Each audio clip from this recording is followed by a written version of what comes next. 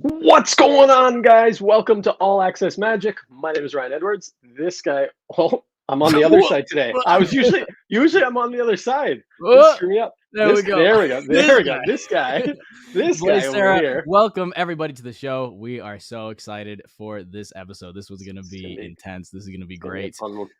We've had a lot of requests for this guest, and we're so happy we've been able to get him on today. Yeah. It's going to be a fun one. I think, we go way back. Lots of funny stories. Probably none that we can say on air because they're all ridiculous. But I can't wait. Guys were reminiscing a little bit on some of those ridiculous stories. We were. Yeah. We'll see how many of those can make their way into the episode. Yeah. But we're here to create new stories tonight with you guys. So I guess how it works. If you guys have any questions for our guest, make sure to comment them in the comment section, and we'll make sure to try to ask as many of them as we can, because it's just open reign for you guys to meet this guy. So should we bring him in? Without further ado, this man is a cardist, a magician, mentalist, multi-talented, the man, the myth, the legend, Franco, the man, the myth, the legend, Pascali. There he is. Man. What's going on? How's it going? That was an intro. I like that. You like that one? I didn't want to yell too loud. It's late at night here. But, nice. Instead of a we just got you cutting the deck. That's it. There we go. Look at that. Look at that. You're already getting comments. Wow. He's handsome too. Don't forget. And hyped up. Ego stroking off the bat. Garvin is in the house. What's up, Garvin? Now, Garvin was telling us this week. Garvin is one of our patrons, and so we were chatting with him. And I think he said that one of your downloads was like the first magic trick he ever bought. Yeah. Other than a book. He bought a book, and he hadn't used it in a while, but then he bought your download, which is pretty crazy. Wow. So he was pumped for you to come on tonight. So thank you. Mike Martinez is in the house. Drip double. Yeah. Yeah, that's it. Lindsay wants to know if she signs up for our Patreon at patreon.com/allaccessmagic.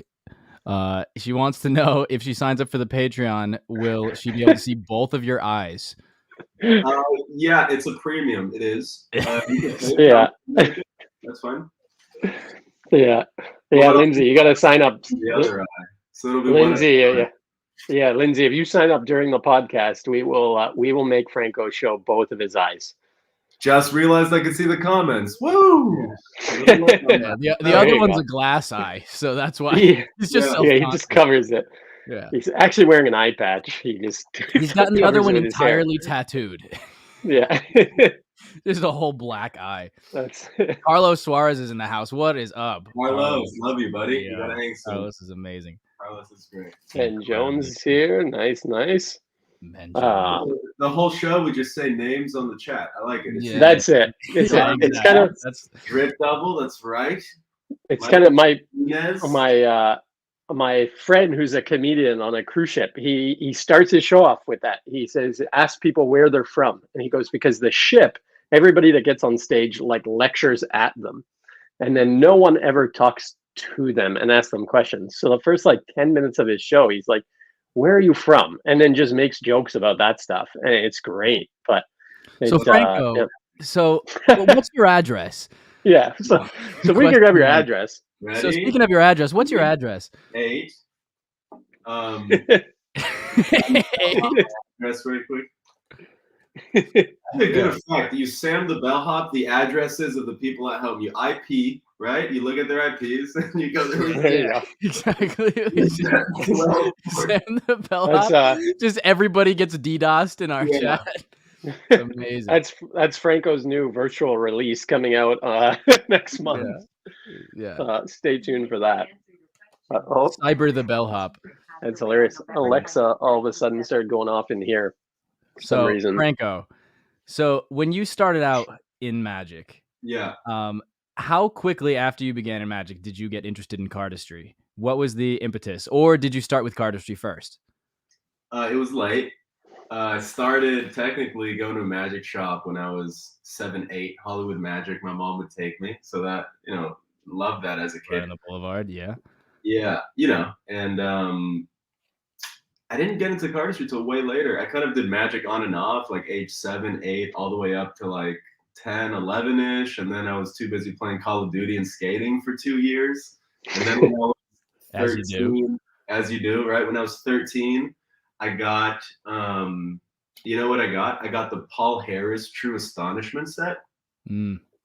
And something clicked in my head after that. And I saw that DVD set, and it was the highest quantity of magic that I wanted to learn, like in my whole life. Like before I go to the shop, see a demo, I'm like, I'll take the fucking Paradox SpongeBob box, or I'll take the Matchbox Mix 3 or a Thought Transmitter, because I'm going to do mentalism at 9, right?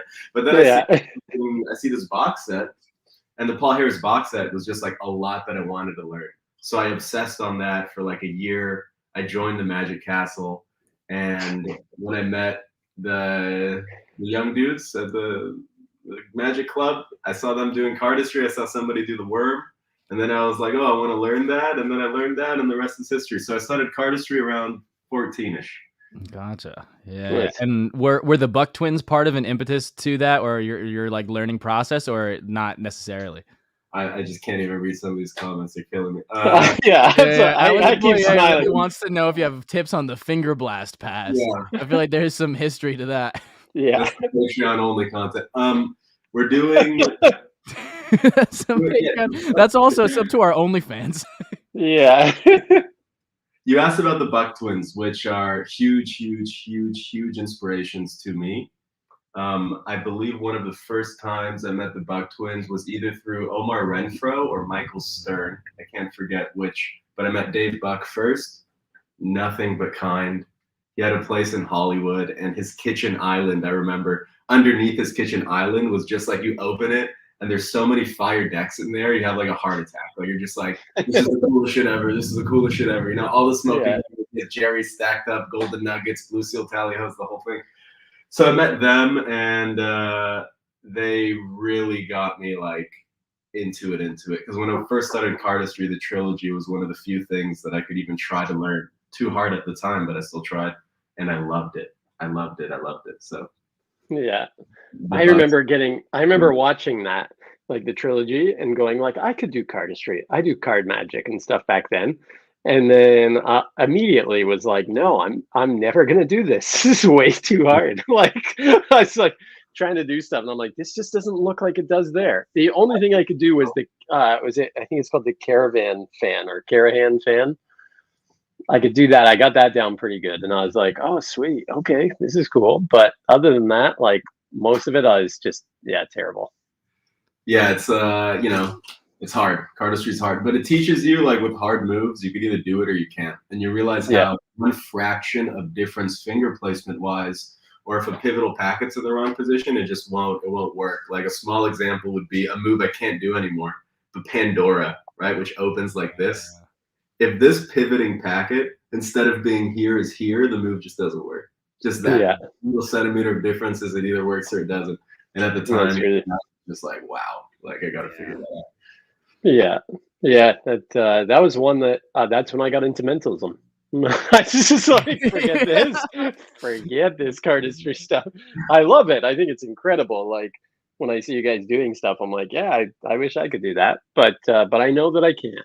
And so put it in the past. Shout out Chris Mayhew and Kobe.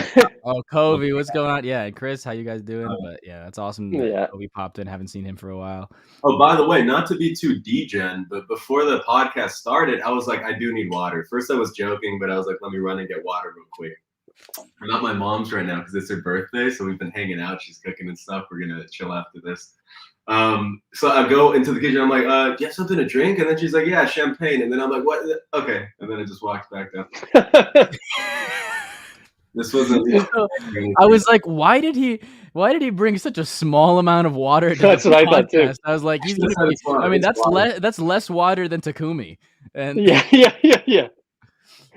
So we found out a few weeks ago that Takumi hasn't drank water in like 4 or 5 years. What do you mean? Takumi Takahashi only drinks Red Bull. That's like the opposite David Blaine. What the fuck is going on here? He hasn't drank water in 5 years? Yeah. He only drinks Red Bull. And if he can't get a Red Bull, he'll... That's exactly it. It's like that's why he can top shot so far. Is his hands are just tricking out. Man, he doesn't mean to do the top shot. His fingers just naturally just jitters and does he's just involuntarily top shot all the time. He's like, oh, I guess there's the 4 aces. Yeah, he's just always set to go. It was great. So we made him drink water. Oh yeah. If you guys check out our Instagram, the All Access Magic Instagram, you can see a highlight from that. And yeah, Takumi, we got him to drink some water on the show. He literally took 1 sip and was disgusted, and then went back to his Red Bull can. And he was like, I have 5 or 6 a day. I'm gonna die soon, were his exact words. The funny thing is he smelled the water first. He was like, yeah. Oh, it doesn't have any smell. Like it's water. Like, it's water. That's how it works. It shouldn't. If it has a smell, you shouldn't drink it. Franco's over here with his champagne, the bougiest guest of all time. That's it. We do class. We do class. Now, Red Bull gives your cards wings. Gives your cards wings. That's how the top shot. And what we learned is that it's actually not even wings with Red Bull, that it's wings because they got sued for saying wings. So yeah, and I saw that in the commercial after you mentioned it, and I was mind blown. Yeah, it's actually it's like a $12 million lawsuit because someone said that they drank Red Bull all the time and didn't grow wings, and so they sued for $12 million. So we got to transition from beverages. My mind is exploding at every second. Yeah, exactly. Oh, riveting conversation. Now, I remember you. I remember one of the first times that we hung out in LA, and you were driving.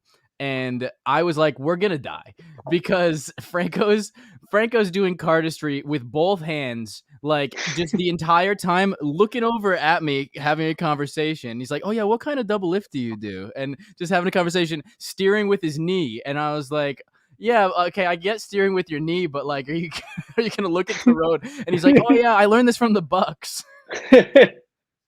That's literally how I practice doing card magic. I would drive with my knee all the time. No, it's the best. That's when you're 18 and you think you own the world, you know? I literally, back in the day when I had a job, like a real 9-to-5 job, I would drive and like shave on my way to work and be like eating breakfast and stuff. And I wanted to start a YouTube channel of like this shit that I do on the way to work.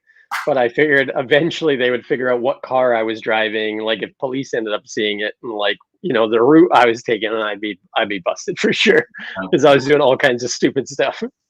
You know, there's a couple routines I do in the car that like I don't need to really engage how you're imagining, but there's a couple routines where I could be driving and say, hey, take the deck, and while I'm driving, I kind of talk them through a few processes. And then either divine a card or locate, you know, any card, and it's kind of fun to do that. With some hands off. Like, a crimp goes a long way when you're driving and the other person's next to you. It's pretty fun.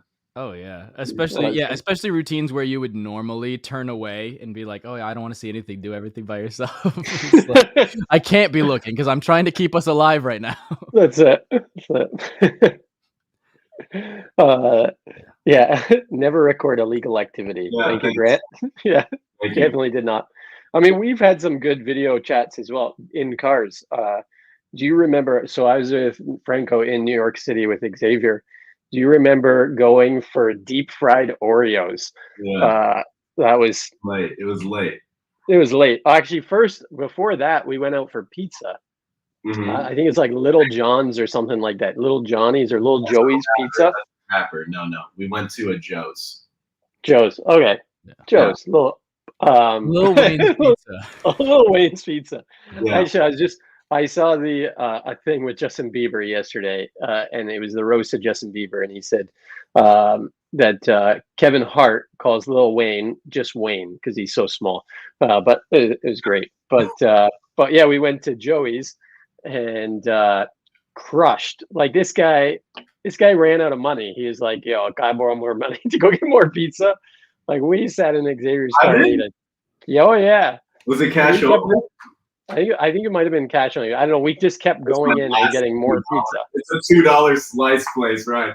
Like Franco the money at Joe's famous $2 slice. Ran out of money.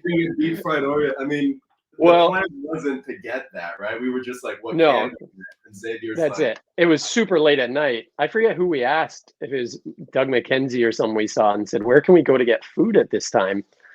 Because I think if you remember, we went out like the night before with B. Smith to the burger place that didn't. It was like a sit down restaurant, and we all got burgers, but there was no. Yeah. That was late. That's a kitchen or. I don't remember what it was called, but there was no prices on the menu, and then we got our bill. I remember that. And we both like shit our pants because we got just like a burger. We thought like $15 probably for a burger. And it was like not a great tasting burger or whatever. And the bill came in, it was like $38 or something for the burger, like something stupid. And yeah, we never ate with B. Smith ever again. Man, that was a while ago. That was fun though. Yeah, that was some crazy nights. Now, what is your favorite context to perform magic in? Is it in a formal performance setting where you know people are showing up to see magic, like at the castle in a close-up setting, on stage, or just casual impromptu? Where do you really feel at home when you're performing? It's a great question. The answer for me is definitely my favorite place to perform magic is in a close-up show environment. I like being at a table. And I like people being just packed around me, you know? We're talking 20 to 30 people, not a ton, right? Love that. I love being at a table. I'll have people behind me. I don't care at all. But I like the proximity because I thrive a lot with that proximity. So, you know, I almost always, when I'm trying to book gigs, I just say, look, here's my appearance fee. I'll do a 30 to 40 minute close-up show. I just need a table and to pack everybody around. I send them pictures of past events to give them the loose idea. It's the simplest setup at the end of the day. Yeah. Half of the time, I don't even have a close-up pad. It's just a table and we just do stuff, right? So that's absolutely my favorite. Social environments are always going to be fun. You know, that's like cool no matter where you're at a friend's house or at a bar or whatever that's going to be. And then love doing it on stage. But I think I'm better on stage in 15-minute increments, you know? Just in like with like where my skill kind of is with that. If I'm at a table, I feel like I could go on for an hour, like confidently with cards and just do some very fun stuff. On stage, I'm kind of like, I'm more scripted and I could hit you with like a killer 15 minutes, right? Like a piece that I just thought I had all the beats. So yeah, I prefer close up. That's my favorite. My passion in magic as a whole is close up. That's what I respond to the most. That's what I'm most passionate about. I try to create the most magic in that field and think about that the most. Yeah. Are the majority of your influences or the people that inspired you in that same kind of category, like Gaby Pareras or something, like people that are in that Spanish school doing that table close-up setting, or like were you inspired by completely other types of magicians and that's just where you've gravitated towards? There's a lot of magic I've been inspired by, but yeah, I would say so. I think if I were to choose my like favorite heroes, so to speak, they would be close-up magicians, you know. Some of them Spanish, of course. There's, you know, great friends of mine I think do some incredible stuff. They've taught me so much. Close-up for me, and I think where it lies is in the proximity, right? I mean, what else can do that? Meaning, like, what other form of entertainer could like be at a table with 10 people right in front of your face and you could entertain for an hour? It exists. Don't get me, it's not like it's the only thing you can do, but it's like, what really could that be? It's not really going to be comedy, right? Yeah. It could be like a musician, but like, yeah, they just keep jamming. You know, like musician with an acoustic, but yeah. It is rare for sure. Oh, totally. Yeah. It's like you're not going to have an hour-long fire reading show with people right next to you. Yeah. You know? Yeah, it gets boring after the first like 2 minutes. But yeah, that's the cool thing. I like Stefan had a question. It says, do your shows have an underlying theme and a consistent premise, or do you just free flow with stuff? So if you're doing like a close-up gig, do you have like a set list, or are you just like, I'm just going to keep blowing these people away with different card tricks and stuff. I have a close-up set list, but built into the set list, if we're talking close-up, right? So in terms of effects, I have a set list, and within that set list, I have 5 to even 15-minute chunks that I physically know I can do whatever I want in those pockets. So there's like probably, if I were to do an hour-long close-up show, like 20 minutes of that might literally be different from show to show, while the rest will be the same. If we're talking about an underlying theme or constant premise or consistent premise, I would say when I'm on stage, each of my effects absolutely have an underlying theme, and that's more obvious. When I'm in a close-up setting, it's not necessarily the case. It's very free flow. It could change from effect to effect. And I think I perform a lot of cardistry as well while I'm, around people. So I think when I do a close-up show, the underlying premise is just like this world of entertainment with cards. That's multidimensional. It's my own dexterity. It's verbal across the table where I'm not even involved, seemingly. It's done as a group. It's surprising. So it's just kind of anything, cards as entertainment. I don't think of it as magic. I don't think of it as mentalism, even if I do a direct prediction or what seems like a direct reading. I don't think of it as cardist. It's just entertainment with cards. And then I just have my mind at ease with that idea. Nice. Yeah. Yeah, it's always easier if you can free flow with stuff and have there's so many guys that we watch that are so structured. And with that set list, you have that 15, 20 minutes that you can just kind of free flow, and doing cardistry in between and stuff like that, obviously can spur someone to go whoa, what the heck was that? And then go into more of that, with the cardistry stuff and explain the background of that and stuff, which I like. Because like you said, in that close-up atmosphere as well, there's if you're watching a stage show, you can't be excuse me, I have a question for you. Partway through the show. Where are you from? Yeah. Exactly. Where exactly? But in a close-up experience. Oh, cool. Well, where are you from? Where are you from? Yeah. Nebraska in the house. In the house. But in a close-up experience, you could do that a little bit more, right? Because it's a little bit more loose, free feeling where you can have that conversation. I'll tell you what happens, which I think is a slight phenomenon that I've experienced when I'm in the pacing of card routines, right? And I like fast-paced stuff. So I like beat. I kind of learned throughout the years not to let people wait too long for that first beat at the beginning. So I'm just kind of conversational magic going into these presentations, and then say 5 effects in, I start to just kind of show them cardistry and elaborating on what cardistry is, could be what it is to me, and I just kind of do cardistry. And what happens at that point is that when people see cardistry, and keep in mind, I'm not talking about a 10-minute segment of straight cardistry. I'm talking about 3 minutes, right? 3 to 4 minutes. I'm doing cardistry. At that point, people start asking me questions, and it almost turns into a free flow conversation every time. And I'm not sure exactly why that is, because people might have questions during the magic, but I think the magical path, although unknown, they can still sense it's getting to a point, and they don't want to interrupt that flow. When I'm just kind of talking about the dexterity of it all, they have questions, and we start talking about it, and it's kind of interesting, In a way, it's almost as if the artifice kind of fades away for a moment. It's you're no longer within a narrative, within a show for that moment. It's they're just talking to you, and you're showing them a piece of who you are and what you've spent your time, a craft that you've spent time developing. Right. So they get to actually see Franco, not Franco the magician, for a little bit, which is pretty cool. Yeah. I hope they only see Franco. It's not everybody's style to try and be your truest self on stage. Some people thrive from the opposite. When they're on stage, they're a different animal. You see them off stage, you can't really gauge them. You see them on stage, oh shit, that's who it is. I personally try to be myself as much as possible while performing. And I think that's one of the main reasons, that and just the amount of years I've been doing close-up more, but I think that's one of the main reasons that I'm more effective close-up. It's an intangible authenticity just from doing it so long. When you're on stage, I'm still me, but it's different. It's a little different. You still have that stage voice where you're commanding the attention of the audience, right? Absolutely. Anybody that's been on stage for a while, no matter how much they try to be themselves on stage, you will always notice there's still a little bit of a difference for sure.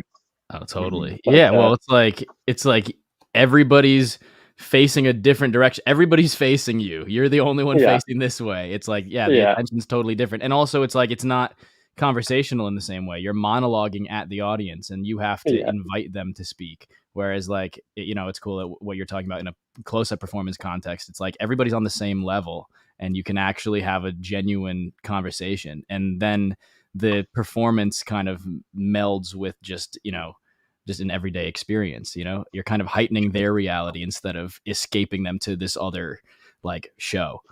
Mm-hmm. Definitely. Now, I like this question because I was going to ask, because I know you said you do cardistry partway through.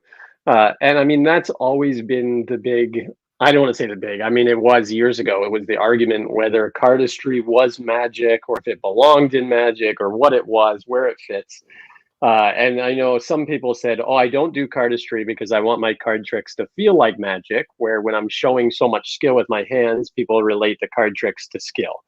And I understand both sides, but I don't necessarily agree with that, but I get why people. No, but I get where they're coming from. So then Ben says, do you ever integrate cardistry into magic performance? And if so, how do you do it? We know that you do because you do it partway through, but do you ever add cardistry like partway through a routine? Like, as you're doing a card trick, you're doing some flourishes and stuff as well. Yeah, these are great questions. The things I think about a lot. The main thing to tackle is that thought that you brought up, which is, if I do cardistry, does that discredit my other routines? And it's like, well, if you suck at communicating what you're doing, sure. Because if I do cardistry, and then I hand somebody the deck, and 3 minutes goes by where you haven't touched the cards and 4 things have happened, people aren't stupid, so they're not going to think, that's the fucking cardistry again. Right. Yeah.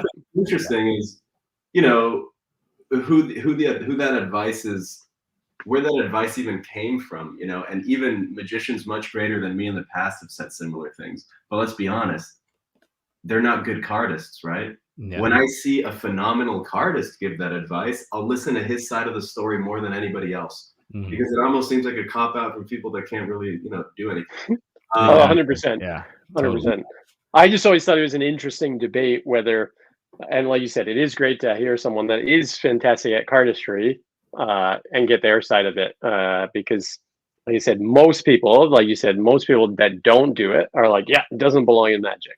And It's like, well, and the cool thing is now that there's kids growing up that only do cardistry, that don't do magic at all. Tons. And so, yeah. Yeah, and I imagine it might be. Oh, I didn't want to cut you off. What were you gonna say, Ryan? No, go ahead. Yeah, I mean, I imagine maybe that's the people that get ticked off or something when they do an effect, and somebody's like, "Oh, I know how you did it, sleight of hand," and it's like, okay, well then just crush that by overtly showing what you're capable with sleight of hand, and then going here and handing them the deck. Yeah. It's like, okay, what are you gonna say, sleight of hand? I'm showing you I can do sleight of hand, but this is not that. And there is a wrong time to show your prowess. There's always going to be a wrong time. Yeah. Let's in the simplest form. If I go to you and I say, Ryan, what I'm going to try and do is scan the deck for one card, right? And then I do that card. That feels very different than, right? They're not necessarily above or below each other. We just need to understand how absolutely different those two things are and what that's communicating, right? So as long as, I think each routine has its own bubble, and within that bubble, you should listen to the rules that you think that routine is asking you to listen to, but it doesn't have a ripple effect as much as you might think. One won't just affect the rest of it, I believe. Okay, this I could understand. We actually have a call in from a viewer. Somebody has a nice question, so I'm going to bring them up. If anybody else would like to call in, you can go to 1v1magic.com and you can join the stage. And I'm going to bring up Mr. Stig, who has a question for you. And great. We'll see if he requested to speak. We'll see if he accepts my invitation to speak. But in the meantime, an example I think of with that, And this is not at all to roast a friend of mine, but Dynamo used to always in his TV appearances do an ambitious card routine, and then he would go, all right, let's do the Dynamo shuffle, and then he would just do a ton of cardistry right after they put the card back in the deck. And I'm like, wouldn't have been just more magical to just have it appear on top instead of overtly controlling it? I understand that that's part of his premise, and he has a justification for it, and I'd love to talk to him about why he chooses to go with that presentation more. But like, yeah, sometimes, there's a right and maybe not wrong, but less ideal time to show your prowess.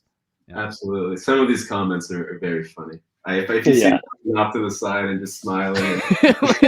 Lindsay I read them all the time. Funniest comments. Yeah. I don't like doing multivariable calculus because it discredits my subtractions. Stig, how you doing, Stig? You can unmute yourself. Can you guys hear him? Stig, are you there? No, can't hear anything yet. Let me make sure. Let me make sure that they can hear you. Okay, you want to try one more time, Stig? Hello, are you guys there? There we go. They can hear. How about now? Is this a little bit better? Yeah, that's fantastic. Hello. This is great. Okay, awesome. So I'm just realizing this is probably a bigger production than I thought it was. I got a Discord notification. I see 2 people in here on my end, so I thought this might be a little bit more. Oh, gotcha. Yeah. We're currently live. Here. We're currently live with Franco, and we're doing a podcast. So yeah, this is the call-in section of the Discord. So if you have any questions, my bad. No, I do have, I guess, a comment on maybe someone can take it and turn it maybe into a thought or a question or opinions on it. You guys were talking about something that I find interesting, which is like where cardistry goes in Magic. And I just always look at it like I see a lot of like parallels and like music and Magic as well, where there's like different genres. And so you have like kind of like prog rock and math rock, which is like extremely technically like interesting. And like there's certainly a time and a place for that. And like there's a whole genre where it like totally makes sense and it's coherent to like the kind of end goal of that type of music. And then you have like more like, I don't know, like simplistic, like maybe punk rock, where it's more just direct and to the point. And I don't know, I feel like there is a time and place for flourishes, and there's also like effects where it makes more sense maybe to be a little bit more direct. Definitely.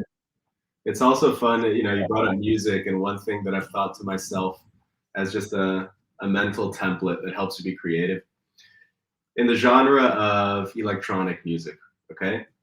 Be it dubstep or electronic trap or some modern SoundCloud fusion. You have these beat drops where the lead up is completely different than the drop, right? So it's like they're changing up, it's a change up, right? People say, oh, I like that beat switch up. So it's like the song starts, you're boom, it's like you're leading up, then the beat drops. And then the second time it's the same lead up, but the drop is completely different. And that U-turn could be very, very, very useful in Magic, especially considering what they just saw before, right? So you could really lead somebody down a path and hit them with the U-turns. Now, I'm a person that I think none of us will disagree. Surprise is one of the single most important variables in strong Magic. It's not 100% necessary all the time, but I think we all agree that what a surprise could do to an audience or person is incredible, astounding, to the point where sometimes a surprise might not be so logical, and a magician will say, yeah, well, it doesn't really make sense. Yet when you do it, it still resonates with people, right? And sometimes reaction doesn't care about logic. Doesn't mean we shouldn't chase logic, but sometimes reactions are not logical, right? Why people are reacting to something. And I think that beat switch ups and U-turns and changing the pace could be really good. Maybe your first 3 effects are mentalism, and then you just start shredding cardistry. Like what that does to the perception could be interesting and juggled well. And I think like Magic's a great medium where like you can use any platform possible to connect with your audience, and that's what's important. Like the amazing Jonathan made an entire career as a magician, like hardly doing any magic tricks, and it was just like kind of the anti-joke of Magic, where it was like you are expecting a magic trick, and then it just is like the rug's pulled out from underneath you. But it like connects with people in a very similar way that like strong Magic does, because it's just like unexpected. What you're saying with like the beat drop. Yeah, absolutely. Lots of unexpected moments from that guy. Unexpected moment is Franco. Do you get jump scared when people approach you from the right? Thank you. By the way, I'm going to move you back to the audience, but thank you for That's absolutely an amazing question. But that was a great question. I'm sure I have at some point, Yeah, I just thought that. Sometimes to do the top change, you're at a bar, you pretend there's somebody on your right, and you're like, yeah. Well, there was nobody on my right. Whoops! Here's the top change. Yeah, exactly. That's great. Well, do you think we should get to know Franco a little bit better? I think we absolutely should get to know Franco a little bit better. I think it's that time. Are you ready? It's that time. I'm ready. I don't know if Franco's ready. I'm ready. Ladies and gentlemen, it's that time. It's time for 20 questions. It's time for 20 questions. Yeah, it's time for 20 questions. It's time for 20 questions. Yeah, put 2 minutes on the clock. 2 minutes on the clock.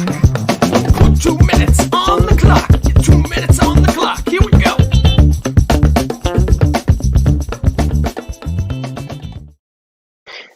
Here we go.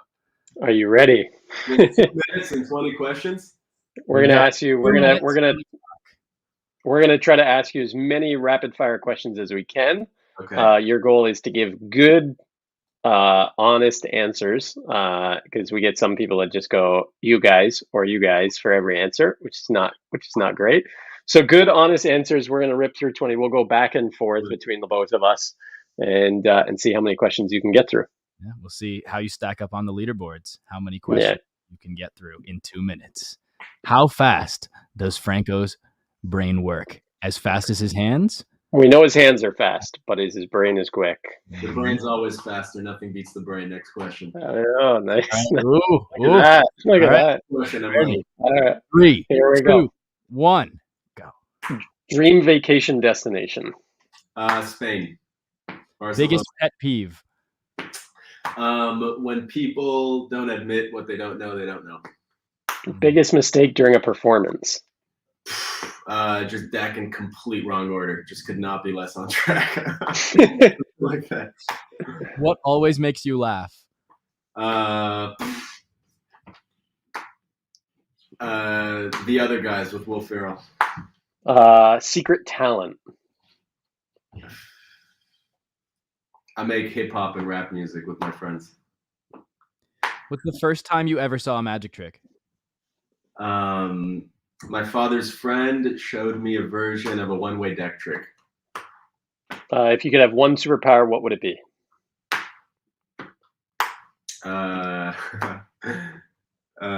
Telekinetic powers. Dream performance venue. Just like some stunning close-up venue, like as bougie as it gets, but close-up. Most cherished memory.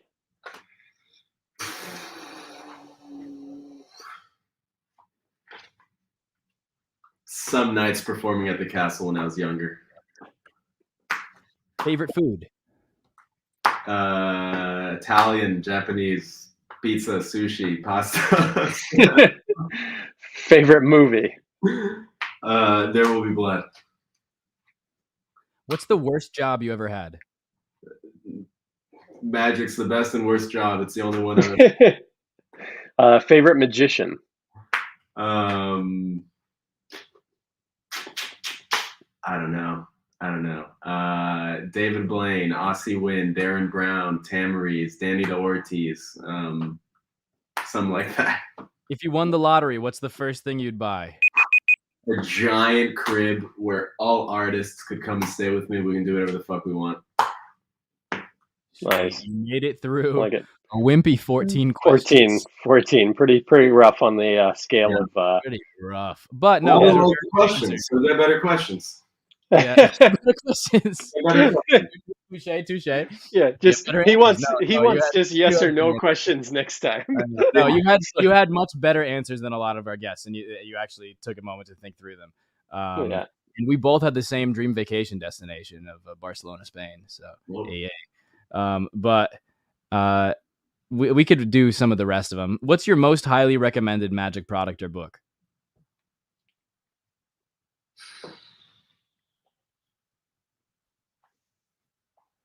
Wow, I don't even know how to answer that.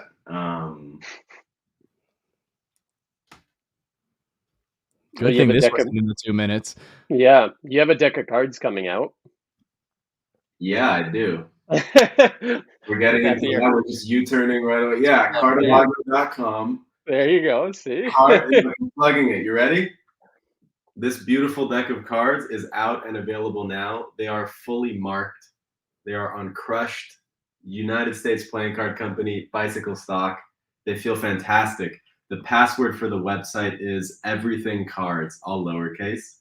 There's another deck that you will see on the site that's marked as sold out because we only did a 1-week pre-order window, and that window's over. So they will be available when they're printed in a couple months. But Cardilago.com, password everything cards.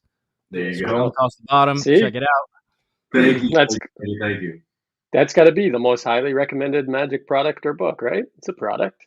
There you go. I mean, I'm not for that question, but yeah, my lack of answer, we could pivot to. It's a good plug. It's a good plug.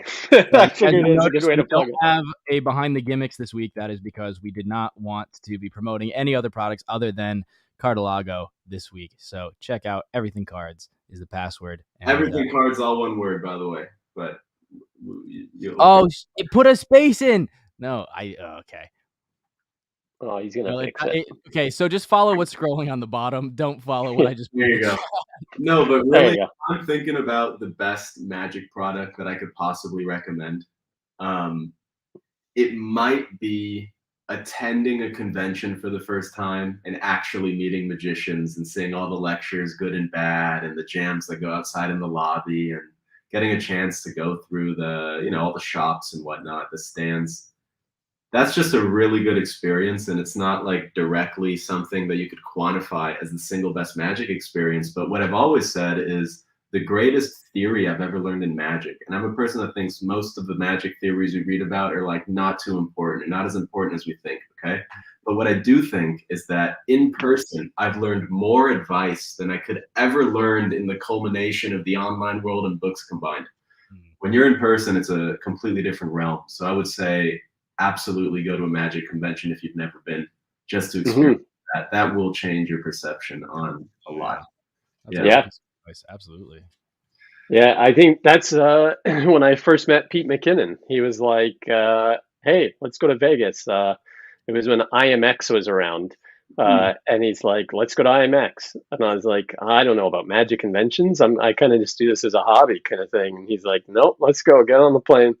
And we went, and it changed my life. Like I remember I bought something from Pro Mystic at the time, and it was like $600. And I was like, I had only spent like $30 on like some Magic books and stuff, and then all of a sudden I'm spending $600, and I'm like, stressed beyond belief. I'm like, but that started it, because then I was like, oh well, nothing is expensive now. Like a book, it's like $50. I spent $600 on this trick, So it did change my life as well. So I think that's a pretty universal. I think anybody could like that. And then if I actually meet somebody and see their work, I might be able to recommend something that like changed my perception. For example, somebody wanted to know like one of my biggest influences in card Magic. There's a few, of course, but it has to be Danny de Ortiz, okay? When I'm 14, 15 at the castle, I'm seeing these psychological stop forcing techniques, all right? Now, that's not a normal thing to see at that age. That's not something that your brain immediately understands. In fact, I would argue the classic force is not even that appealing at that age. But when I saw Danny's approach to that Magic, and I fell in love with it, even being much more of a move monkey then than I even am now, then I thought it was all about just knuckle busting sleight of hands, but I see the polar opposite and fall in love with it. So there's certain styles of, let's say, within the card world of Magic that could change your entire perception of it, And Utopia by Danny de Ortiz is an amazing video project. If you don't have that, like you should get that. He goes through so much. Yeah. So much. Yeah, Danny's an absolute beast. He's actually got a new book coming out and stuff that we're hoping to do a review on and stuff, but we'll see. But yeah, he's absolutely incredible. I remember seeing him at the castle as well, and just absolutely frying people over and over and over again. Yeah. So, yeah. I like. There was a question that came up from Marquez. What are your top 3 go-to effects right now? I mean, come on, dude. These questions are so hard. It's so hard. I know that is the tough thing. Is like because you said like conversational magic. Like you want to try. Depends on where you are. You know, like me having 3 go-to effects doesn't help me as much as you think, because I want to try new shit. And when you have people, it's an opportunity to try something new. So it's like, you know, there's some effects that I've been doing in a close-up show for years and years and years, you know, like Concam Coincidence by R. Paul Wilson, right? That's an effect that I know the second anything goes wrong, if the proper card is peaked, I could pivot into that routine, you know? And that's just a home run routine. Having an out of this world ready to go, right? With the ability to cull. These are just things that in a show I will do forever, you know, my whole life, right? But like go-to effects, just like it'll change from week to week to week. It really depends. Lately, I'll tell you, I read like most of Bannon's like books recently. I've been going through some Bannon books, and I've been doing AK-47 and a version of the Bannon Triumph that I like a lot. That's literally as of a few days ago. I've been with Ron Pink. We've been jamming on some of that stuff, but yeah. Terrible answer. Sorry about that. No, it's good and answer. Ben has a great question as well about what practicing looks like to you, especially nowadays. I'm assuming practice has probably changed as you've progressed in Magic, what that looks like to you. So, you know, how do you have a set aside, practice schedule or regimen, or is it just kind of free flowing whenever you get a chance? What does practice look like to you, especially when you're constantly working on new material? Absolutely. I can tell you one thing I do. Well, first of all, I practice. You could ask anybody who knows me, any of my closest friends. Very rare for me not to practice 8 to 12 hours a day. Okay. I know that sounds insane. And of course, I'm not 12 hours like drilling, but the cards are in my hands. And there's certainly going to be 6 to 7 hours of focused practice a day. So I do that all the time. So then the question becomes, how do you not get burnt out? That's a better question, right? Because ultimately, if you come in with a mindset to practice constantly a day, and by the end of the day, you're just mindlessly practicing your strike doubles, all you really did was mindlessly practice strike doubles for 3 hours, which is not a bad thing, but it is what it is. So in my mind, I have the following things. I have learning new magic, using my resources to learn new magic, meaning read a magic book, maybe get a product in that rare instance, talk to my friends, ask the people I know questions, meet with magicians, learn magic. That's one mode. The other mode is practice the magic you already know. You say, I perform these tricks in my routine. What could I do to add them, change them, or make them better? Then there's create magic, okay? Thinking about what interests you, finding one gem of an idea from any aspect of presentation, method, to studying a classic and saying, it doesn't matter. Creating magic, whatever process you use. Then there's doing cardistry, practicing the cardistry you already know, creating cardistry, and learning new cardistry. So I think that's 8 things that if any of those get boring, I immediately can shift to one of the others. And this is in constant cycle. More recently, I went through a heavy cardistry phase. I do cardistry all the time, but meaning I did like some weeks of dedicated cardistry work, right? And in the past week, for example, I've met with my buddy Ron 3-4 times. We get together, we chat routines we like, work on something, and then film it. And we just film me doing it to him just to get the words out and whatnot. And that's kind of how it goes. I'm always on magic. I will jump at it at any opportunity. I'll stay in to fuck with cards if I'm feeling that. Like I'd rather do this above like anything. Yeah.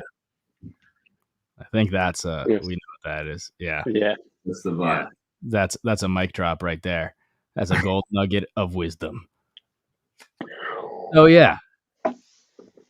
You can continually practice, and that was great that you pivoted the question to being more about how to not get burnt out. And because you have so many different interests within the same umbrella category of cards, whether that's Magic or cardistry, you never really get bored with them because there's always something new to progress at.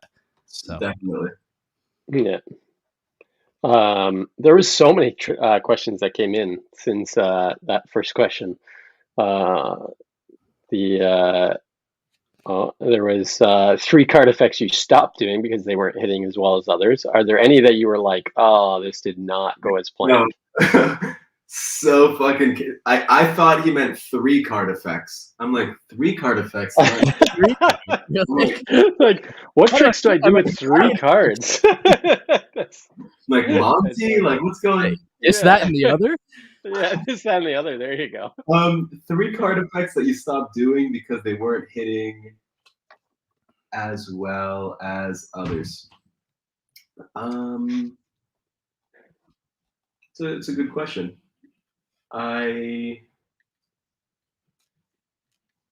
It's not that I can't think of one because that doesn't happen to me. I can't think of one because I feel like the times that that's happened, you realize that they're not hitting almost sooner rather than later. Like, I haven't really had an effect that I drilled 20 times in front of people and then decided that it wasn't hitting. Yeah. Maybe that's wrong. It's more instantaneous.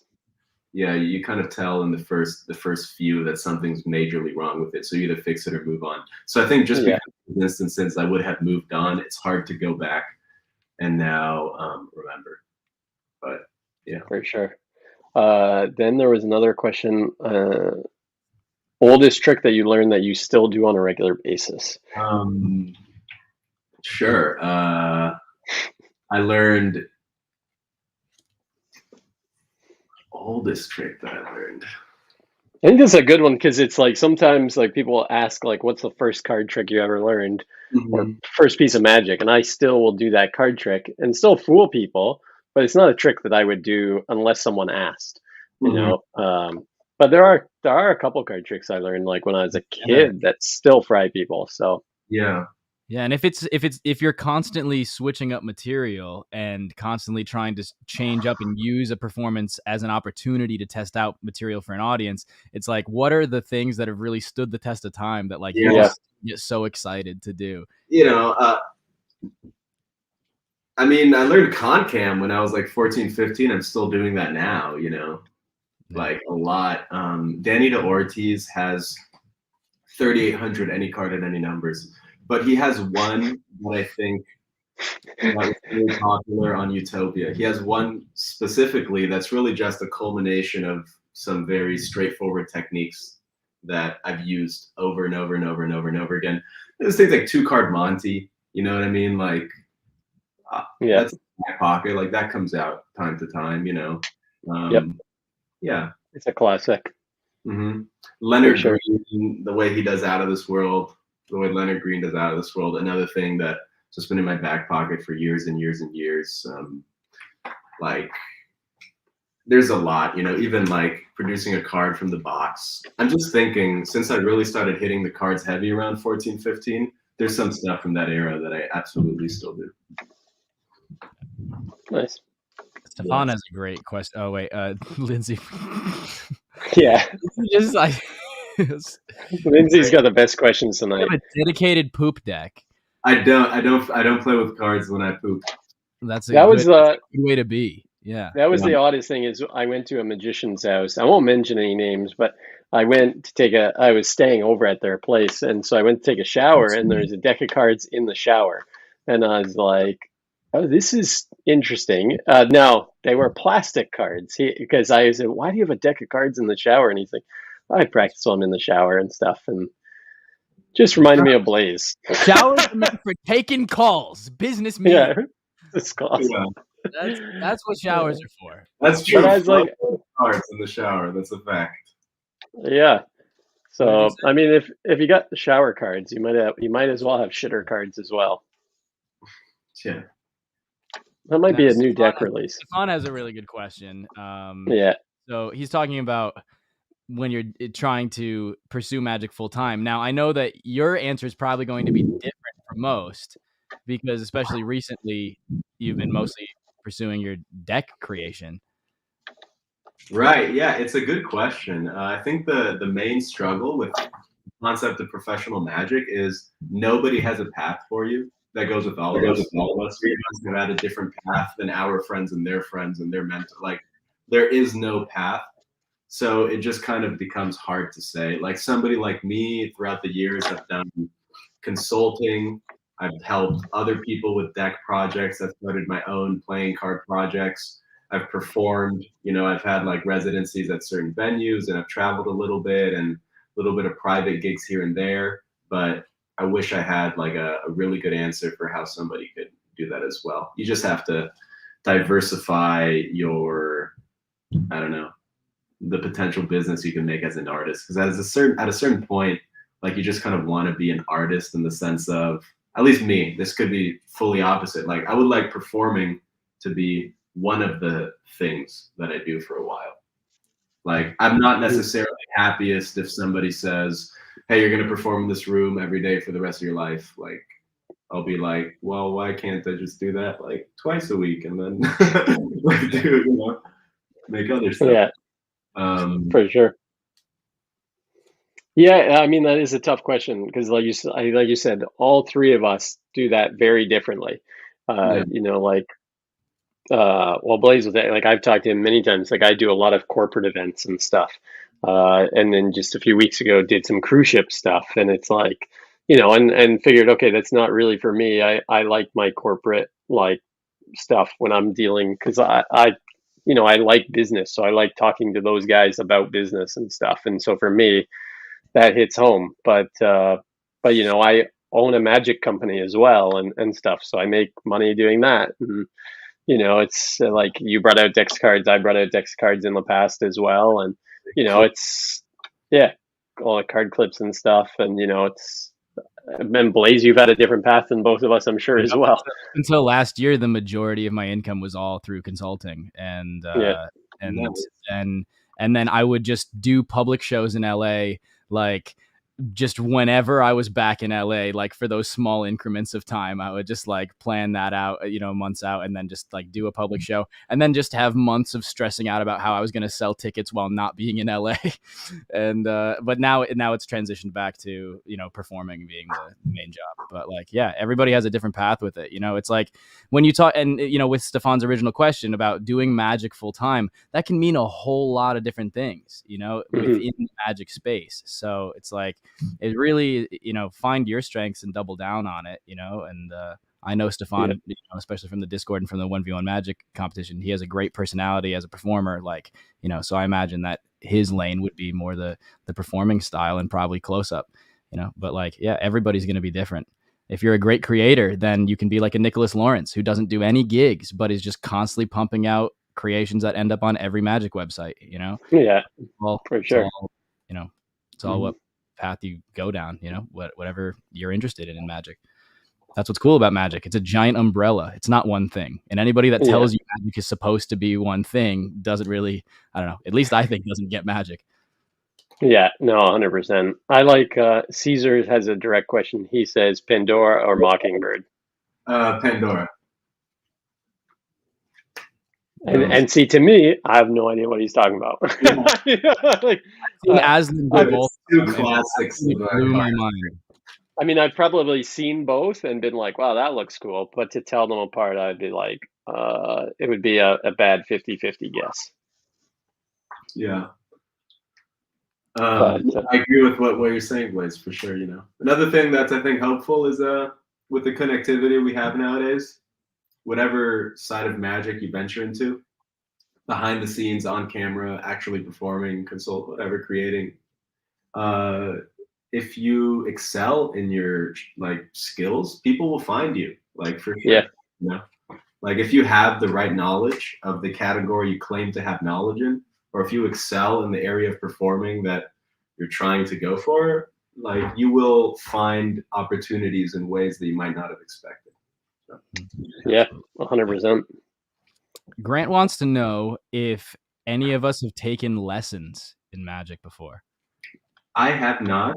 But, every relation with a magician is a lesson in its own way. Yeah. Yeah, I think jam sessions are lessons. Like, I remember the first time I saw Blaze do One-Armed Bandit, and I was like, you're an asshole. That's like, I just said that. But he's like, this is easy. It's just and I was like, oh, okay, yeah. But I mean, it was a lesson for me. I was watching him do this thing and going, yeah, okay, this is nuts. Like, And I mean, Franco, when we were in New York, and I remember there have also been like so many instances where we're having a conversation and you're talking to me about like the way in which that you market yourself or SEO or getting gigs or like, just, the way you structure your show and stuff. And I'm like, oh man, like, just every conversation is like I'm learning so much, and that's like the great thing, that's why I always feel like, the most valuable part of Magic Live is just going to the bar, that one like Mardi Gras bar at the end of the night. Mardi Gras. Talk to all of your idols, all of your legends, and get to, pick their brain is the best part, Yeah. Well, I remember, like, Franco, when we were in New York, I asked you the other day when we were chatting, we just went to I remember we went to this little cafe or whatever, because we bought some, I remember you bought a juice, and I was like, oh, I got it, Franco, just put it on my bill. And then you're like, this is a really expensive bottle of juice. It was like cold pressed or something in New York City. It's like $18 for this bottle of juice. And I was like, I got the bill. I was like, what? The more you talk about New York story, I'm like, oh, there's so much I don't remember. That's the problem, is because doing mentalism, I don't know. I actually have done studies or tests where I score in like the top 98% of memory stuff. Like, it's stupid. So I remember every detail of everything. It's nuts. Yeah. So I could tell you everything that we did, Franco, but I do remember Franco showed me this card trick when we were leaving the cafe, and like, it was absolutely nuts. But we chatted. We chatted after that about scripting and stuff for that, because you didn't have a script for it yet. And I remember asking you the other day, like, do you still do this trick and stuff? And, you couldn't remember what the trick was and stuff. It was all like this mirroring thing and stuff. But it was like, I remember being like, yeah, this is a lesson right here, because I was learning just how insane you were with a deck of cards at that point. Because before that, we were just friends. We hadn't really seen each other perform too much, but that's right. It was mind-boggling to see what someone could do with a deck. Dave says Gucci juice. That's exactly what it was. Davey Rocket's in the house. That's amazing. Yeah, Davey Rocket's in the house. If that's another thing of talking about lanes in Magic. A lot of people probably don't know who Davey is, but you've definitely been impacted by his magic. So yeah, Davey's the dude. I mean, Davey, him and I, when I was doing my residency at the Roosevelt, Davey's right-hand dude. Like, a day-to-day basis for figuring shit out, making it happen. And he's amazing at building gimmicks, as many of us know. Yeah, he's incredible. Yeah, I met him at the Magic Apple, and we had a long conversation. I think that it might have been when he was like gearing up to, like, you were about to start your residency or something. But yeah, Davey's a really cool dude. Very cool. So fun. Now, Tigger was about to spoil something, so I think we've got to get into the most important question of the night. Are you ready? That. I'm always ready for this. What? Bada bing. Lasagna! What's your favorite genre of lasagna? Meat. Lasagna. Veggie. Lasagna. Plain. Lasagna. Saucy. Lasagna. What's your favorite genre of lasagna? Keller. Lasagna. The most important question of the night, Franco. This is, Franco, I told you before that people on the Discord. So before the episode tonight, we hopped on the Discord with our patrons and did an hour chat, kind of hang out with them. And the question came up, what would be your favorite? And that's kind of what they were betting on. So, Franco, what's your favorite genre of lasagna? I'm learning a lot right now. One, I'm learning there's more than 2 genres of lasagna. That's the first thing I'm now learning. Mm-hmm. This is true. I also didn't know that there were like segments like this on the show. But if I had to give you my answer, the real answer would be I'm taking a chicken parm over the lasagna 10 times out of 10. But let's put that aside. Let's put it on the shelf. Let's forget about it. We'll shelf that chicken parm. Yeah. Classic. Meat, bolognese sauce, cheese, top it with Parmesan, crispy. If it's not crispy, you're kidding yourself. And that's my answer. Classic lasagna. Tomato, Classic lasagna. red Nice. I said that he was gonna say it. I You did, yeah. told you he You was did gonna call it. Boom. You did. We were trying to look up a California style of it, but Ben Jones was really Googling for quite a while trying to find yeah, the California lasagna to try and guess what you were gonna say. he definitely was. I was like, he's gonna just go for a classic. You know, we've had a lot of very creative answers on this one. You know, I thought you were gonna just say a chicken parm lasagna. That would have been off the That's chart. a thing? I didn't know that was a thing. You can make up your own genre, man. We've had triangular from Steve Valentine. Colin Yeah. Cloud said that his favorite was microwaved, reheated second day lasagna. Yeah.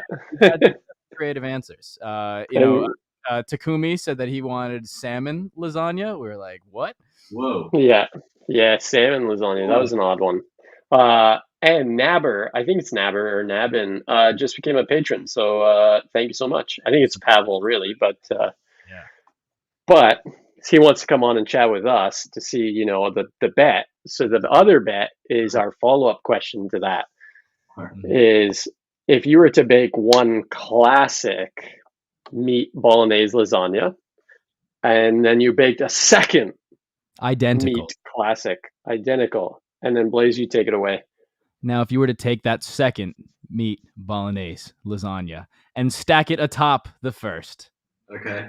how many lasagna do you have now? One lasagna This or is two? The Theseus of lasagna, right? This is the Theseus of lasagnas. I'm going to go with two. Two? Because the intent has to matter somewhere. The intent of the chef. Dude made two lasagnas. I don't care if you put one in your pocket, throw it against the wall, and the other one on a plate. Still two lasagnas. They're just separated, stacked. If a stack of lasagnas falls in the woods, does it make a sound? So no, but that's good. That you're on the same line of thinking as Takumi.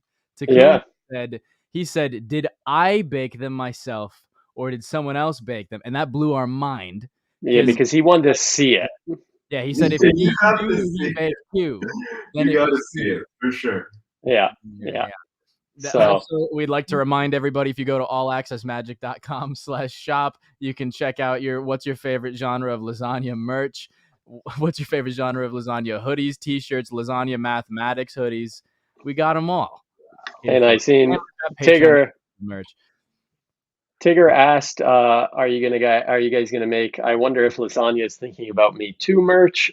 Yes, that will be another T-shirt that'll be available very soon. We already have it designed, but that'll be up coming soon. It'll be available for the patrons first. You'll hear about it on the Weekly Patter episode, and then it'll be available to everybody else after that. So, but if you're a patron, you also get a discount on it as well. So you get a discount on everything on our store. So. Nice. Yeah, and you get the exclusive Magic After Dark merch and all of the other Patreon exclusive designs. So, moving on from the most important question of the night. I'm really happy that we got that out of the way. That was Hang on, Davey Raga. Davey's got a great answer. Yeah, he knows. Argentinian lasagna with red wine reduction. Oof. Oh, Davey, you're on another level. Davey, talk dirty to me, Davey. That was that was.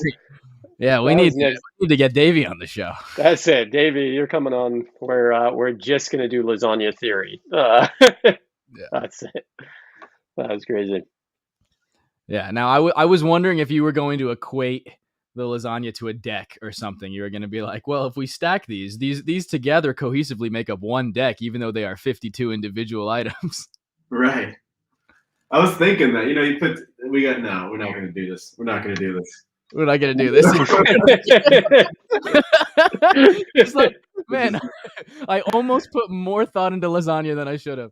No, we can definitely move on. Now Zach Mears in the house. Oh yeah, what's up, Zach? Big Zach. Albert has a question. What do you think of all the card magic tutorials online by a myriad of magicians? Is it oversaturated?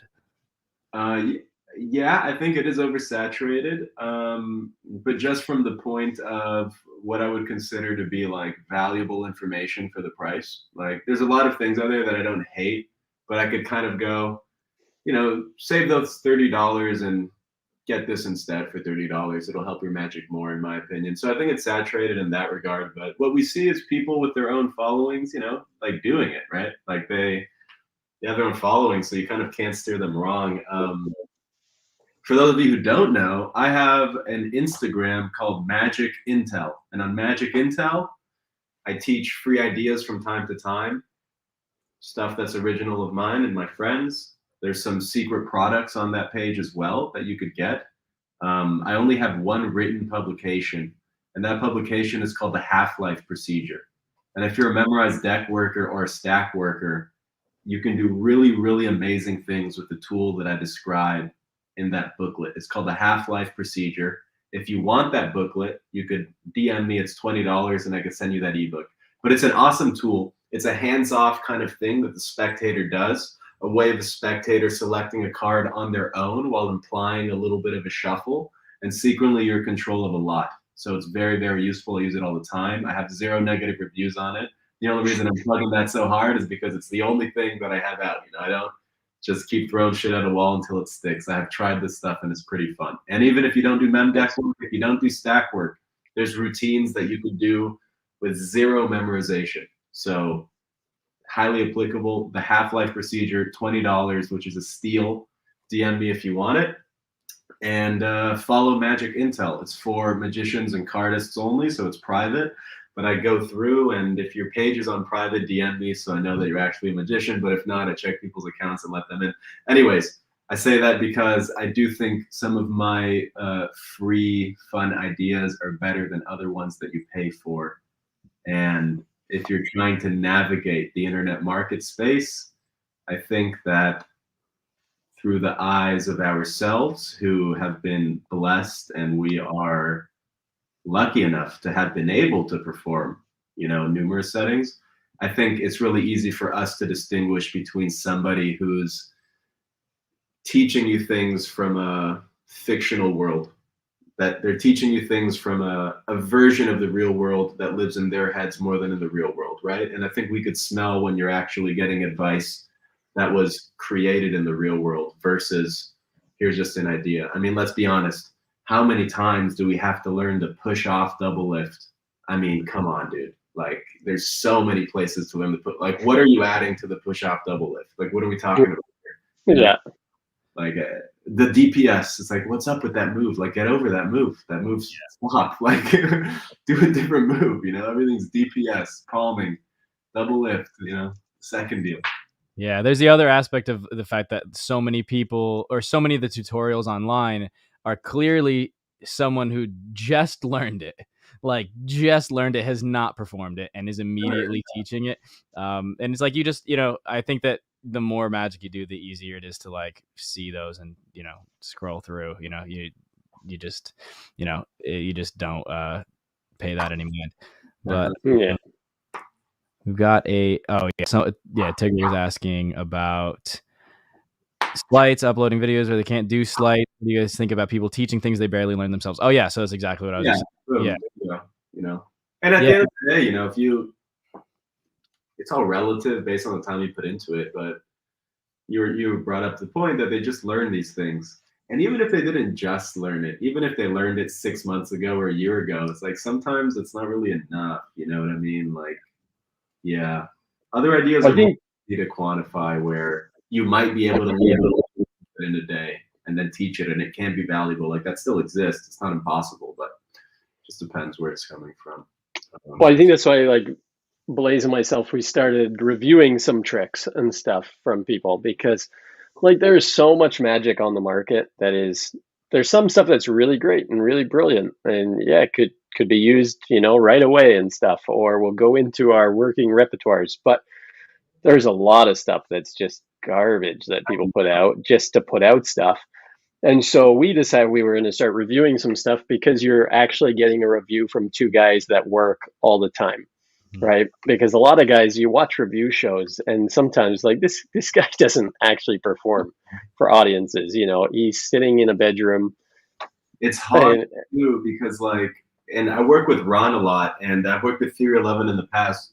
Love Theory 11, love the guys over there. They market magic, and they try and go for like Just like they don't oversaturate their magic marketplace. They really think about the releases, you know what I mean? And I appreciate that. But all that aside, right? There's something that just kills me because like I go out and I get these ideas that I just feel every once in a while, right? I just feel like, oh, like that's such a good idea. But it's not the type of idea that you could market sheerly on the camera kind of effect, right? Some things on camera, you just can't like film it and show people. Like you just can't. Then they see it and go, oh, I get it. Monkey see, monkey do. And they think they're doing it, but they're missing some subtleties, you know, like there's a power to secrets in the sense that, you know, like Blaze, you and I could probably tell each other a couple sentences describing a card effect or routine that you do or came up with, and that could change your whole shit. Just by you saying, try this, put that there, okay? Now ask for this, boom, boom, boom, and then make your way to that. Literally, you can give me a full the subtleties are everything. Yeah. Yeah, and it would be amazing, but maybe filming it, it's just like people go, oh, I get it, but really that's not the deal. But I was doing a little close-up set on New Year's at my friend's house. Okay, we're all drinking, we're smoking, we're sitting around the carpet, I'm just doing magic, okay? And I uploaded some of these clips. The first two things I did was I found a named card. I then had two sensational outs back-to-back performing mnemonicosis. What some people would argue could be of the higher fooling impact level card magic could get, right? When you're almost trick that can't be explaining and hitting two bullseyes back-to-back. It's almost like, what do you do after that? After that, the dude was so shocked by those effects of the mem deck that he starts shuffling my mem deck because he thinks there's dupes. And instead of panicking, I just go to the non-shuffle deck repertoire. I do a production of a 4-of-a-kind. I do an assembly with that 4-of-a-kind. Very template, textbooks things. I execute it cleanly. I've been doing it for years and years and years, right?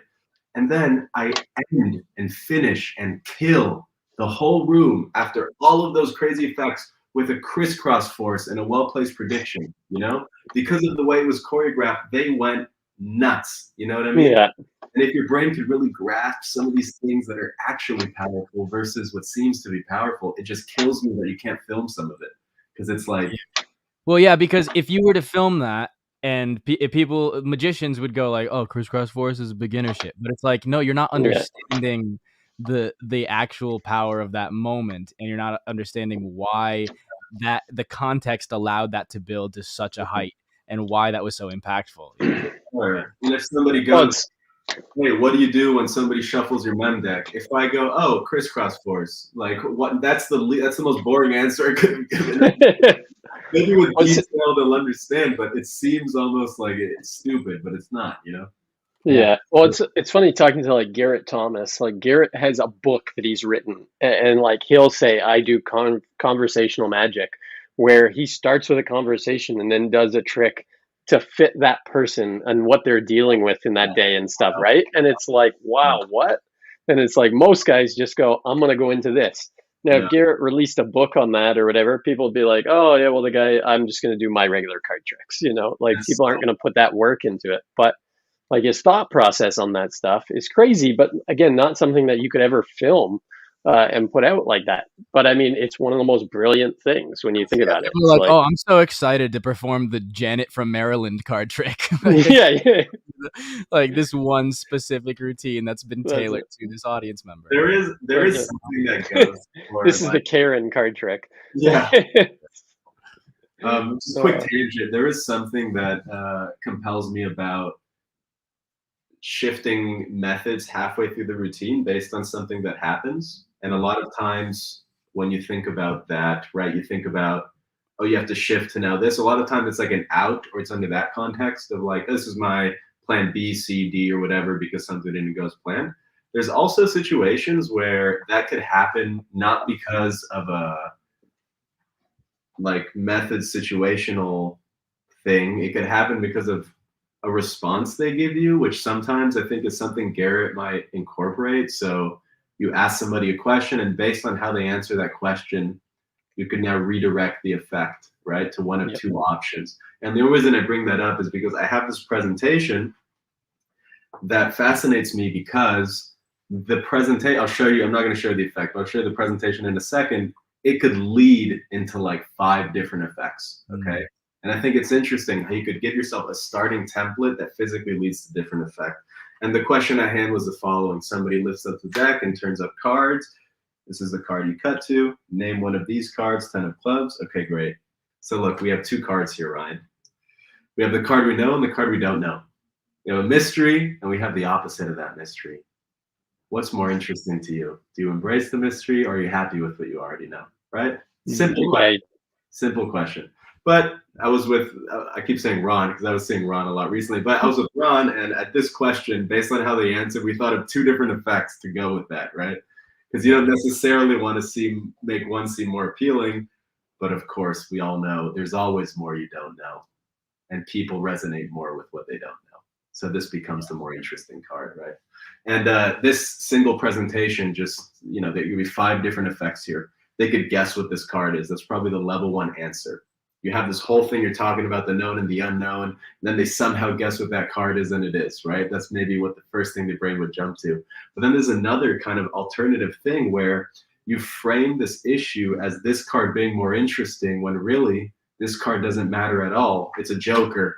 They're all jokers, and this is a red card, right? And that so you can kind of use that template and physically get different effects for it, right? You can do something where these cards are here, but if they turn that 10 over, it seems like for whatever reason you don't know much anymore. Like, you know the 10's there, but you're not saying it's there, right? So if I place it here instead of there, which one would you want to see? Okay, and then they never get to see the card. You go, oh, that's still a 10. Take it, shuffle it behind your back. Place any card on the table. You get to see the one that you place, right? And they never see, whatever. That lets you go through these different rabbit holes of effects, and I thought that was cool. Yeah. Just remind me what you're saying. Things are really interesting. Yeah. That's a really cool presentation. Do you have a creative process that you can articulate, or is it constantly changing and shifting each time depending on the effect? Is it usually based on what you study and then trying to create something after that, or just a random stroke of inspiration? Is there, you know, how would you describe your creative process as you're going about, you know, building repertoire magic? It's always changing. Lately, the core of what I'm studying in these past months is how one presentation could physically lead you down different effects. Because there's a lot of mysticism at how are effects even created? Where does that come with, right? And I think it's interesting how a singular framing could actually get you to think of completely different things here, right?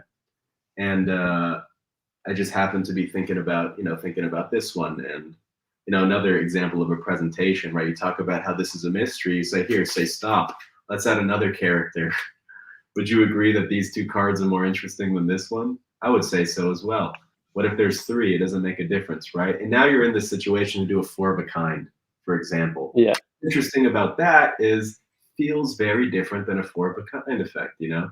But for whatever reason, talking about the known and the unknown in this instance, just kind of back away, you have a lot to say, and a lot to kind of take it down. So I think that's really interesting for me right now in terms of a creative process for effects. And sometimes it's not directly a template like this. Sometimes it's, can you think of an awesome sentence or 2 that lets your brain go crazy on what the routine's going to be? You know what I mean? Yeah. At the end of the day, the method is just what it has to be. If your method is ultimately that you're going to write something with a boon on a blank piece of paper, like you could bring an entire house down with that. Like you could murder with that. That's an incredible method. So if you decide that you want to say the right thing at the right moment, your brain could go like, you can talk about anything. You could say, look, we all suck. We all know that it sucks when we find out that somebody you know is a liar. It's a bad feeling, but it's much worse when that person makes you seem like a liar, right? And then you think like, oh fuck, like can I make a trick out of that, right? And that's, you totally can. You can make a person seem like a liar in many, many ways in magic, right? Remember your card, what was it? No, you're wrong, right? That would be a stupid way to do it, right? But it's just kind of like, give yourself as many tools to let your brain kind of, how do you want it to end? If you come up with the beginning, it's like, how do you want it to end? The beginning of a movie, a cowboy walks into a saloon, grabs a bottle and smashes it over somebody's head, seems happy about it, and then leaves. And then you go, fuck, what's that movie about? What's about to happen? Is that the antagonist or the protagonist, right? Was that or planned? Was that whatever, So lately my creative process has started with the beginning and found its way to the end. Although in the past, I've started at the end and worked my way through. I've started at the middle and found the beginning and end, but yeah, I mean, that's really interesting because, yeah, in that instance, you're starting from an idea and simply just what exists within your mind, and allowing the different ideas to flow, whatever comes to mind, and then following the different channels that could come out from the same origin, and then the method becomes just whatever is necessary in order to achieve that idea. And I feel like when I'm creating, I usually find myself going from, not starting with cards in my hand. It's starting from whatever I can imagine. And then if it is a card effect, then it's like imposing that upon the cards. And like, maybe it's like, oh, I come up with a method, but it's like my hands aren't capable of doing it yet. So I need to like drill this idea and make my hands able to do that thing, but like, I feel like with cardistry, I'm always fascinated with how cardists create because I'm so much more new to that realm. And, and I wonder, is your creative process with cardistry very different from how you'd create magic? Because then I feel a lot of that comes from flow, and it's almost like a totally different place where it's like you allow the cards to show you what they're capable of, and then you learn from the continual motion. How often are you, when you're creating cardistry, starting with just like, oh, this is a really cool structure, and you see it in your mind and then make it happen? Or is it that you discover something as you're in motion? It's a really good question. When it comes to magic, since you're just trying to curate the best magical experience, whatever that means, right? We're constantly borrowing methods, effects, things we saw years ago that transformed in our heads, trying to make it our own, trying to change it, right? So a lot of magic naturally comes from the work of giants that came years before us that we're continuing to elaborate on. In cardistry, there are some people that think in their head first, and they think, oh, I want something that maybe flows like this, or I want something that has a double square structure, or I want something with 2 packets and 3 single cards. What is that? Okay. And then they do it. I never, ever, ever, ever do that. When I do cardistry, it has to start with the exploration, the decks in hand, and then I just kind of see what I can do. So I start by just playing with the cards, slowly trying to discover a movement. And based on that movement I discover, I feel myself, I see if it looks good, and then I go, maybe that's an opener, maybe that's an ender, maybe that's a middle, maybe I could elaborate on this, double it, triple it, add a packet, blah, blah, blah. So me personally always starts with the physical mechanics of exploring and trying to discover a new mechanic, because right now in cardistry, it's really important to me that my creations stand out as a Franco creation and not a variation of a variation of a variation. There's nothing wrong with that. But a lot of cardistry nowadays is, it stems from another move and it variates to something beautiful. Totally fine. There's nothing wrong with that. But I would actually say I'd rather be what? Oh, I was going to say, it just sounds like a magic trick at that point, right? Like everybody has taken this, and then I have a variation on this because my finger is here instead of here, and it's like that's a new release. It's ridiculous, a little bit ridiculous. So I love that you're saying like I start off with my own creation, and it has to be, a Franco creation. In fact, I'll like. Not like, I don't like to think this happens. Okay, I'm very happy where my cardistry work is now, and I like there's a lot that I'm still working on, which is exciting.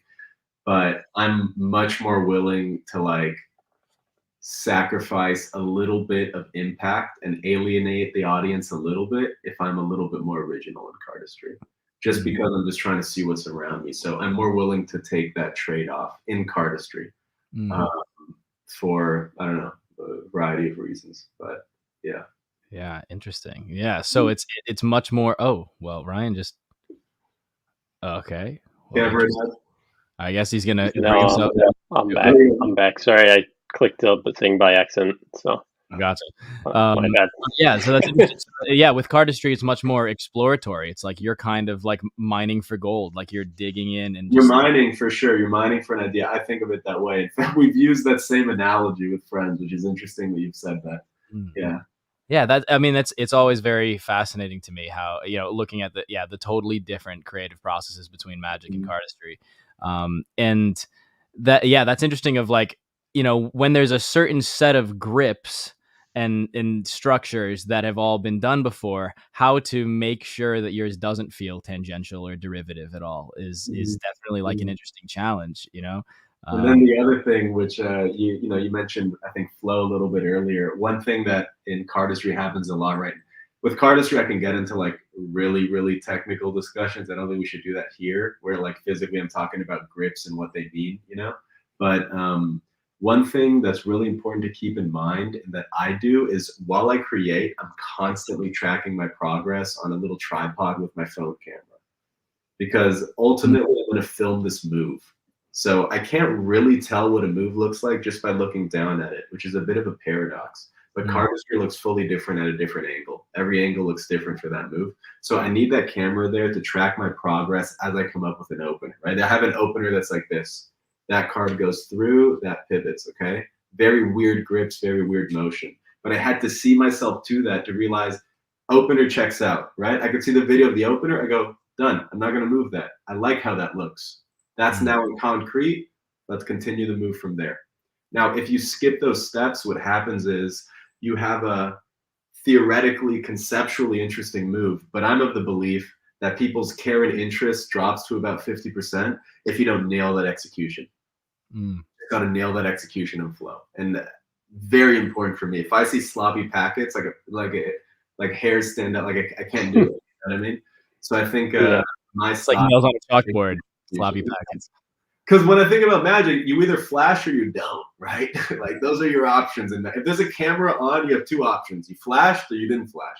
So when I see cards move, I'm like, well, did this guy do the thing? It's not a flash, but it's just like, did you really kill that move? Like, did you execute that amazingly? Yeah. And so then so is your iPhone storage just constantly maxed out? Yeah, it is. I literally just, because I also do the same thing with creating slides, is like I will film constantly the iterations and get it to the point. I also do like a kind of weird thing. I don't know if you do this, where I find that I learn, especially if there's something that I'm trying to create, I learn about my own creation by trying to articulate it as if I'm teaching to somebody. So I'll film a video of me explaining what I'm doing. That way I can turn what is knacky and simply feeling based into something that is concrete and mechanical. Something that I can articulate, so I try to articulate all of the things that start off as a knacky, just like feeling thing, and that way I could describe it to somebody else, but I'm not ever going to show anybody else those videos. It's just through the process of me trying to teach an imaginary person, I learn. I would say it's so smart that you implement that specifically. I don't think I do that, but I've definitely caught myself teaching somebody and realizing something I didn't know about the move or the effect. That's where it came from. Yeah, it was like when I would try to explain it to somebody else, I would be like, oh shit, I never even thought about it that way until I needed to explain it to you. So I was like, I'm just going to do that every time I create something. I'm just going to explain it to an imaginary person. Like in order to learn for myself. But it's just like I just ended up offloading 512 gigabytes of videos like onto a hard drive of like footage that will never be seen, but is like just the progress. So that's interesting. Yeah, that you're constantly documenting it. Always, especially with cardistry, and then magic, of course. Now I really care about body language, posture, and just like, do I buy it? Like, because we all cringe when we look at videos at ourselves, especially if we're not excelling as what we think we are in our mind, right? So I love filming routines and going through these little pattern points and seeing it, because like you sometimes when you see it, like you'll see a clip of yourself and you're like, I buy myself here. You're like I co-sign with this. Like you're looking at yourself and you're kind of like, I dig this. That's a really good sign, because most of the time, at least me, I'm my own harshest critic. I look at myself and I like pause the video halfway through and delete it and go, nobody's ever going to see this video. I'm like, 100%. Small things. You notice small things that you would never realize. Like I have a problem sometimes where I'll like talk more out of the side of my mouth, which isn't really ideal unless you're specifically saying something cheeky and then you're going back already talking, right? So that's something that in the past few years I've been more conscious of, but so it's. How do you keep track of all of the different effects that you've learned over time and all of the different cardistry sequences that you are working on all at the same time? Like, do you have a notebook where you're organizing it? Do you have a spreadsheet? Do you just use your Photos app on your phone and like just dive into all the videos? Like, how do you keep track of all of the different things? And that way you don't allow good pieces of your repertoire to slip through the cracks and be forgotten. iPhone notes. Save your iPhone notes. I also have a couple physical notes. When it comes to cardistry, like it's all in your muscle memory in terms of what grips you can access and tap into. But sometimes the exact arrangement of moves you forget. In fact, there's even moves that I've done, created, felt like some of my best moves I've created, and I haven't done the move since I filmed it, you know, because I'm always on to the next thing and going on to the next, so, yeah. With cardistry, I'm not always constantly refining what I've already made. I'm going on this journey. I'm taking a few things from the past with me, leaving other stuff behind, and just always trying to get new and better. With magic, it's different because you are constantly refining something. And when we find a routine that hits, we want to hold on to it with our dear life and only try and make it better for the rest of our lives, right? I'm sure there's some routines that we all do now that we'll still be doing in 30 years, and they'll be even better than they are now in 30 years. Yeah. And that's the crazy thing is like there are those things where, yeah, you hold on to it forever because it becomes your thing, right? It's like, it's your classic. And for some of us, it's something that no one else does, which is always the best part. And it's that secret that you take to the grave, right? Which kind of brings you back to what magic started as. Like, you know, people were traveling all like across the world to figure out how a trick was done and stuff. And then when you have a piece like that you're like, I'm just going to continue to do this for the next 30 or 40 or 50 years, you know, it becomes something special to you, I think, which and separates you from everybody else, which in the magic world is important to have something that separates yourself from everybody else in the genre. So definitely. And gentlemen, I'm going to have to leave in 5 minutes. Yeah. I was looking at the time, and it's your mom's birthday. Also, Lindsay wished your mom a happy birthday, and her question was, "How do you feel that she's the only one who wished your mom a happy birthday this entire stream?" We all wish your mom a happy birthday. Thank you, Lindsay. I like Ben had a crazy question. It's a hard one to answer quickly, but it's he says, "What would you tell someone who wants to start performing magic professionally but doesn't know where to start?" I mean, yes, you chose the hardest question all night. That's it. I don't know. Just got to do it a lot. Just do it a lot. Perform a lot. And I'll tell you one thing. I don't think you're ever going to force somebody into loving performing unless they already want to do that themselves. So I would say perform a lot, and in a few years, you'll know how you feel about it. You'll know if it's for you. Yeah. If you're questioning whether you want to be a performer and you've done a lot of performing, then you're probably on the wrong path, because it's not really a question at a certain point. But yeah, it's like, I think people really nowadays, when it comes to marketing and everything, really they undervalue word of mouth a lot. If you're really good at what you do and people see you, whether that's in person or at a local restaurant or bar, or they see you online on Instagram, if you're good at what you do, then word of mouth will spread, and you know, and then that will lead to opportunities. As long as you put yourself out there as a professional and you say that I perform and you can hire me, then you know, the doors will open. Just make sure you put yourself out there as much as possible.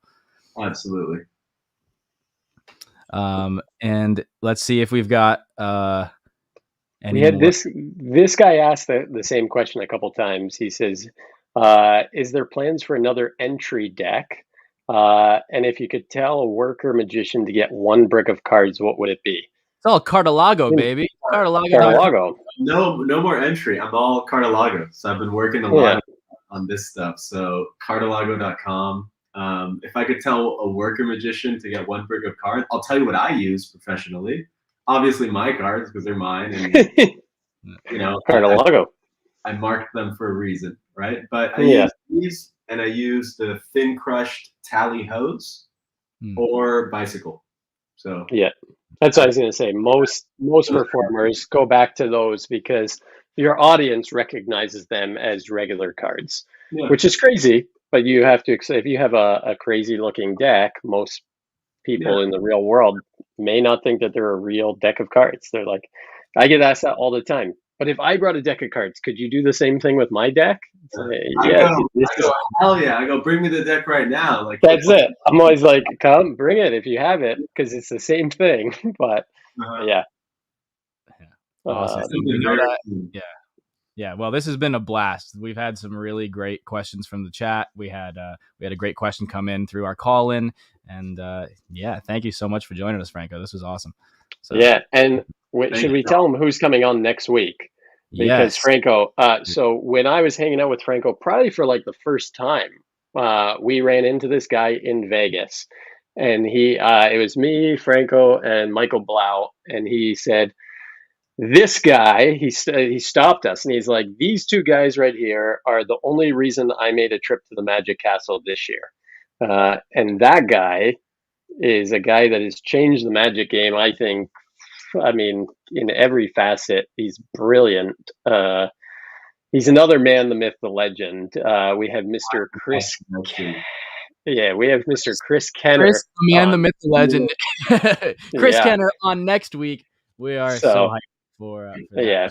So tune in next week, same time, Wednesday, 10 p.m. Eastern, 7 Pacific, on this YouTube channel, and you can see us interview the man, the myth, the legend, Chris Kenner. But tonight's all about Mr. Franco Pascali, and check out his Cardilago cards. Apparently, his pre-order for the new deck already sold out. So get the other ones. Get the original. Get the other ones. And Franco, and then get the new ones when they're printed in a month. That's it. Okay. Hey, and peace. Franco, from Lindsay, give your mom a hug for us. All right. I will. I will. All right. Well, thank you guys so much for tuning in. Catch us on the Patreon during the week. You'll get extra episodes with us. So patreon.com/allaccessmagic. But I think till next week. This has been See you guys. See you. Peace.